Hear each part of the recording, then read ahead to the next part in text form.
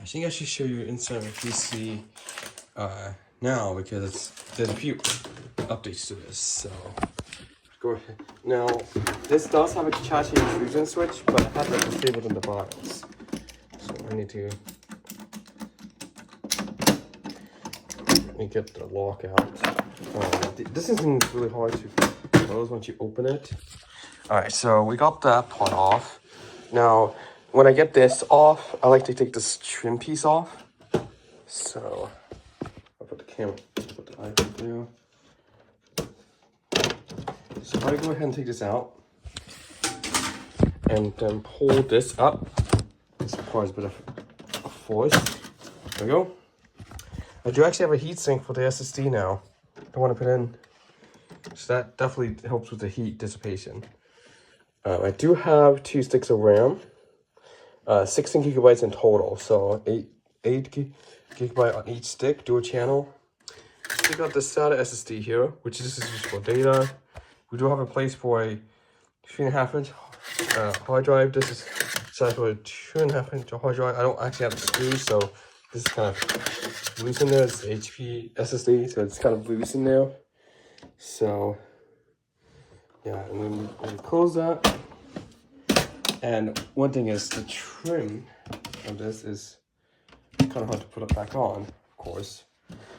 The best way I do it is I put the PC on the ledge, as you can see here, and these hooks here, I hook them in. Let me get the light on. I hook these hooks here to the bottom of the PC. You gotta make sure you get all the hooks in there before you actually slap it back to the top. And then one thing is, if I have this trim off, there's actually a place for the SD card right around here, but there's no SD card reader, as you can see here. Look here, no SD card reader. It's right over here. So I don't really need an SD card reader, but I can just use a USB type. Putting the cover on is kind of difficult to do. Kind of gotta wiggle it. There we go. I'll put the lock back on.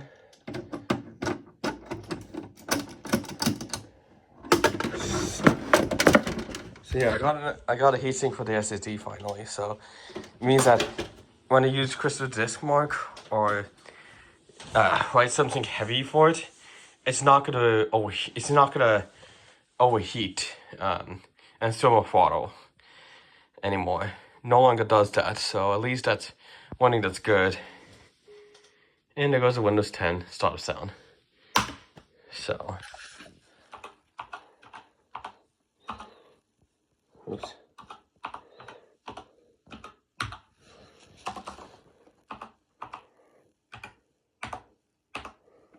There we go.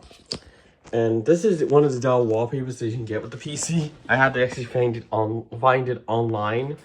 I put it on here because when you reinstall Windows, you lose the OEM wallpapers. So yeah, I had to put this here for a reason. So if I look here, you can see that this is the default Windows wallpaper. You can see I just added this one here. Unfortunately, you can't really do it with the OEM install.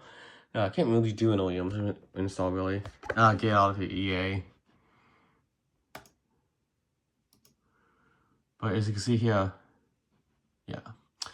But yeah, I definitely got a heatsink for that SSD. Even though it was PCI 3, the chips was small and it very much overheated when it's doing heavy read and writes. So yeah, that's why I put the SSD in there. I mean the heatsink in there. It definitely helps with cooling the SSD, dissipating the heat.